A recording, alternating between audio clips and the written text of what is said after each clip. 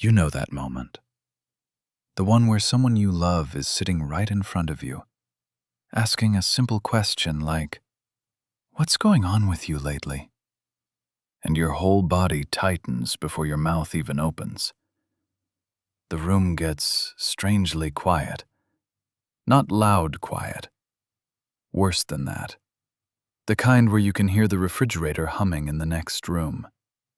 Where your partner is waiting, looking at you, wanting something real. And all you can think about is how badly you want to leave the conversation without looking like the bad guy. So you say, "Nothing, I'm fine." Or, "I'm just tired." Or maybe you pull back a little, go cold a little, stare at your phone a little longer than usual. And inside, it sounds like this.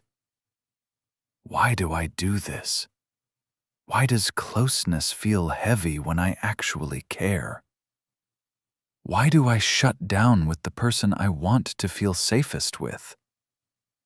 Am I broken? Am I just not built for real love? Here's the truth that flips everything. Avoidants do not heal by forcing themselves to want less space.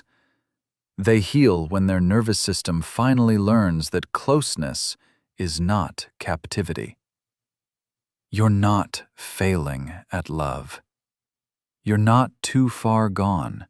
And this is not proof that you chose the wrong person or that something is missing in you. Every person who has ever learned to survive by staying self-contained has stood exactly where you're standing. And by the end of this video, you'll understand what actually helps avoidant people heal, why the old pattern keeps repeating, and what real change looks like in a relationship instead of just in theory. Let's get into it. The mindset reframe. Most couples believe avoidant healing is about getting the avoidant partner to open up more, explain better, text more, reassure more, and stop needing so much space. But the real truth is deeper than that. Avoidant healing is not about pushing more emotion out. It is about creating enough safety that emotion no longer feels dangerous to hold in the first place. That matters because your partner's nervous system is reading you before their mind can catch up. And if closeness has ever felt like pressure, criticism, engulfment, or rejection, the body learns fast. Very fast. So what looks like distance is often protection. What looks like indifference is often overwhelm. And what looks like "I don't care" is very often "I do care, but I do not know how to stay open without feeling exposed." That is why trying harder usually backfires. More pushing, more explaining, more demanding, more "Why can't you just talk to me?" Not because the love is gone, not because the relationship is fake, but because when safety leaves a relationship, love does not disappear. It goes underground. Honestly, that's the part most people miss. Avoidant people are not empty. They are defended. And those defenses are not random. They are attachment patterns. They are old emotional strategies. They are a nervous system smoke detector that keeps going off even when the room is not actually on fire. So if you want healing, you stop asking, "How do we make them act less avoidant?" And you start asking, "What helps a person feel safe enough to stay present when closeness wakes up old alarm bells?" That is the real question. Chapter 1. Safety before access. Most couples try to get vulnerability during threat. That is the pattern. They wait until someone is already withdrawn, already flooded, already tense, and then they ask for the deepest truth in the least safe moment. Most people in relationships do this because they think urgency creates honesty. But for avoidant patterns, urgency usually creates more shutdown. Here's the deeper truth. An avoidant nervous system often experiences emotional demand the way other people experience pressure on the throat. Not always dramatic on the outside, very dramatic beneath the surface. The body hears, "Open up right now," and translates it into, "You are not safe unless you perform closeness correctly."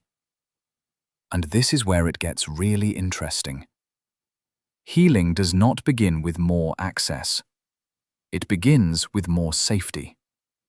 Not more talking, not more chasing, not one perfect breakthrough conversation, but repeated moments where closeness stops feeling dangerous. So the disconnecting version sounds like this. Why do you always shut down when I'm trying to talk to you? Can you just be emotionally available for once? Why is everything so hard with you? The connecting version sounds like this. I'm not here to corner you. I want to understand what this feels like for you. We don't have to solve it all right now. I just want to stay connected while we talk. And when someone hears that, something unspoken starts to soften. Her brain is quietly registering, I'm not being attacked. His body is quietly realizing, I don't have to disappear to survive this conversation. That's when the walls between you start to come down, without either of you having to force them. 2. Name the shutdown before the shutdown takes over. Here's the part no one talks about. Most couples do not lose connection because one person shuts down. They lose connection because nobody names what is happening while it is still small. Most people in relationships only notice withdrawal once it has already become distance. By then, one person is chasing, the other is gone, and both people feel abandoned for different reasons. But the real truth is this. Avoidant healing depends on learning to catch deactivation early. Early enough to say, I feel myself leaving. Early enough to notice the blank stare, the flat voice, the sudden urge to end the conversation, the pull toward numbness. Because once the nervous system has fully gone offline, love is still there, but presence is not. And here's what changes everything. This is not a communication hack. This is identity work. This is what emotionally mature people learn to do when they stop confusing silence with strength. The disconnecting version sounds like this. I'm fine. It's nothing. Can we not do this right now? And then the door closes. The text goes unanswered. The room fills with that old, dead quiet. The connecting version sounds like this. I can feel myself shutting down. I want to stay with you, but I'm getting overwhelmed. I need 20 minutes to regulate, and I will come back. That last part matters, because space without return feels like abandonment. Space with return feels like regulation. And when you can name the shutdown without becoming it, your partner stops feeling like a threat to manage and starts feeling like a person you can come back to. 3. Space heals only when it has a door back in. Most couples get this wrong in one of two ways. They either treat space like rejection, or they treat it like a permanent exit ramp. So one partner hears, I need space, and thinks, you're leaving me. I need space, and secretly means, I cannot handle your feelings, and I do not know when I'm coming back. That is how the cycle deepens. One pursues harder. One gets more withdrawn. One feels panicked. One feels trapped. and both people keep calling it incompatibility when it is really just two nervous systems protecting themselves in opposite directions. Most couples never figure this out. Healthy space is not distance. It is structured return. Not disappearing, not punishing silence, not emotional exile, but a pause that protects connection instead of breaking it. The disconnecting version sounds like this: I can't do this. Whatever. Leave me alone. And then hours pass, maybe days. The other person spirals. The story in their head becomes, I do not matter enough to be returned to. The connecting version sounds like this: I'm overwhelmed, and I need to settle my body. I'm not leaving you. I'm taking a break so I can come back better. Let's talk again at 7:30. That one sentence does more repair than most couples realize, because now she feels held even in the distance. Now he feels space without shame. Now they feel like the relationship still exists, even while they breathe. That is how you interrupt the withdrawal demand cycle before it becomes your whole relationship. 4. Self-compassion heals what self-suppression never could. But here's what nobody explains. A lot of avoidant people are not just defended against others, they are defended against themselves. Most couples focus on the outward behavior, the canceled conversation, the cold tone, the need for distance. But beneath the surface, a lot of avoidant people are carrying a brutal inner script. You're too much when you need. You're weak when you feel. Get it together. Do not let anybody see this. That inner voice is not helping. It is deepening the pattern. Because healing is not born from self-judgment, not more shame, not harsher self-talk, not treating your own needs like an embarrassing leak to hide, but learning to meet your own overwhelm with enough kindness that you stop needing numbness as your only form of control. This is where self-compassion becomes real. Not fluffy, not indulgent, real. The disconnecting version sounds like this inside your own head. Why am I like this? Normal people don't react this way.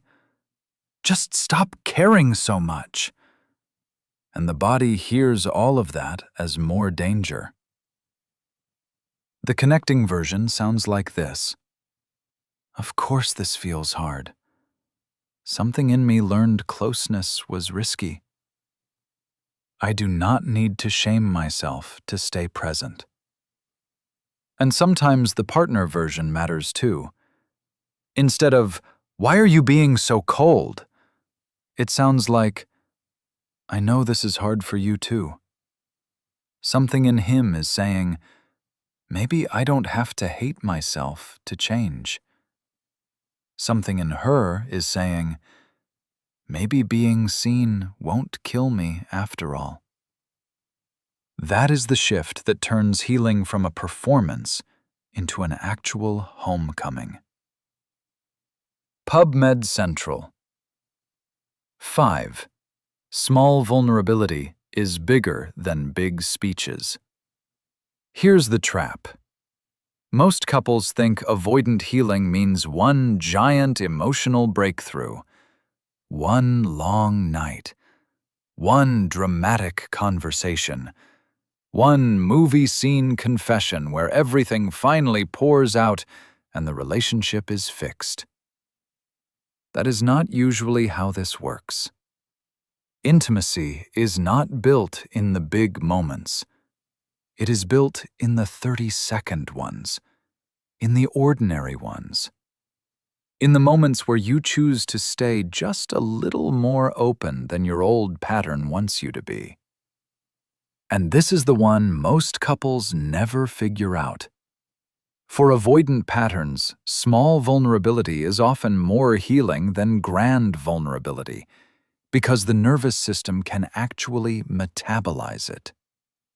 Not a soul-bearing monologue, not a 5-hour processing session, not forcing yourself to become someone you're not overnight, but saying one true thing sooner than usual. Letting someone see one feeling before it hardens into distance. The disconnecting version sounds like this. Partner says, "You seem off," and you say, "I'm good." Conversation over, door closed, pattern repeated. The connecting version sounds like this. Partner says, "You seem off," and you say, "Yeah, I'm a little overwhelmed, and I don't totally have words yet." Or, "I'm not upset at you, I'm just feeling shut down." Or even, "Can you sit with me for a minute without asking me to explain everything?" That might sound small. It isn't. Because what's moving through your partner in that moment is, "They let me in." And what's changing inside you is, "I can be honest without losing myself." That's how a relationship stops feeling like a courtroom and starts feeling like a refuge. 6. Repair matters more than getting it perfect. Most couples are obsessed with avoiding conflict. But secure love is not built by never rupturing. It is built by knowing how to repair. That matters even more with avoidant patterns. Because when an avoidant partner withdraws during conflict, the other person often becomes louder, sharper, more desperate, more demanding. And the more one chases, the more the other retreats. It is like scar tissue forming slowly over 100 small moments that never got repaired. So the goal is not perfection, not zero conflict, not perfectly regulated conversations every time. Not some polished, therapist-approved script delivered with a soft voice, but two people who know how to come back after the miss. And here's what changes everything. Repair is not weak. It is not awkward. It is not you losing. It is what love looks like when it stops being ego and becomes care. The disconnecting version sounds like this after a hard night. Silence, distance, pretending nothing happened. Or worse, "You were too sensitive. You always do this. Let's just move on." The connecting version sounds like this. "Last night, I shut down and left you alone with a lot. I get why that hurt. I'm still learning how to stay when I feel overwhelmed, but I want to repair this with you." Or from the other side, "When you go cold, I panic and start pushing. I don't want to attack you. I want us to find a better way together." That is not losing. That is leadership. And when you repair like that, they feel chosen again. The room feels softer. The relationship starts to trust itself. PM7. Avoidants heal in relationships that are consistent enough to rewire them. Here's the deepest truth in the whole video. Avoidants do not usually heal because somebody argued so well that their defenses finally gave up. They heal through repeated emotional experiences that teach a new story. A story where closeness does not mean control. Need does not mean shame. Conflict does not mean abandonment. Love does not mean losing yourself. Most people in relationships underestimate the power of consistency. They think healing comes from intensity, chemistry, passion, one big promise. But the nervous system trusts what repeats. Not mixed signals, not emotional whiplash, not hot and cold love that keeps you guessing, but steadiness, responsiveness, presence. A partner who is emotionally available enough to stay real without swallowing you whole. Sometimes that comes through a healthy relationship. Sometimes it comes through therapy. Sometimes both. This is where earned security starts becoming possible. And honestly, this is why the right kind of relationship feels so different. Not because it is boring, not because it has no conflict, but because your body slowly stops bracing for impact. The disconnecting version sounds like this. I told you I'm overwhelmed. Okay, so what am I supposed to do with that? Or, fine, take all the space you want. That response confirms every old fear. The connecting version sounds like this. I told you I'm overwhelmed. And the other person says, thank you for telling me. Take the time you need. I'm here, and we'll come back to it. Or in therapy, you don't have to force feelings. We're just going to help your body learn that connection can be safe. Her brain quietly registers, my needs won't be punished here. His nervous system starts learning, I can stay present without being trapped. That's not a trick. That's not lucky chemistry. That is what healing actually looks like when a person is becoming secure in real time. PMC, PubMed. Close. So if you take anything from this, let it be this. Avoidant healing is not about becoming a different person. It is about becoming a safer person to live inside. This is not a checklist. It is an invitation. An invitation to stop treating withdrawal like your identity. An invitation to stop treating your partner like the enemy when your old patterns get loud. An invitation to become someone who can need, speak, stay, repair, and love without disappearing. When you internalize this, you stop reacting and start responding. You stop confusing numbness with strength. You stop mistaking distance for peace. And the person you love feels the difference before you even finish your sentence. If this gave language to something you've been living, stay with this channel. Because this work is hard, but it is real, and you do not have to figure it out alone.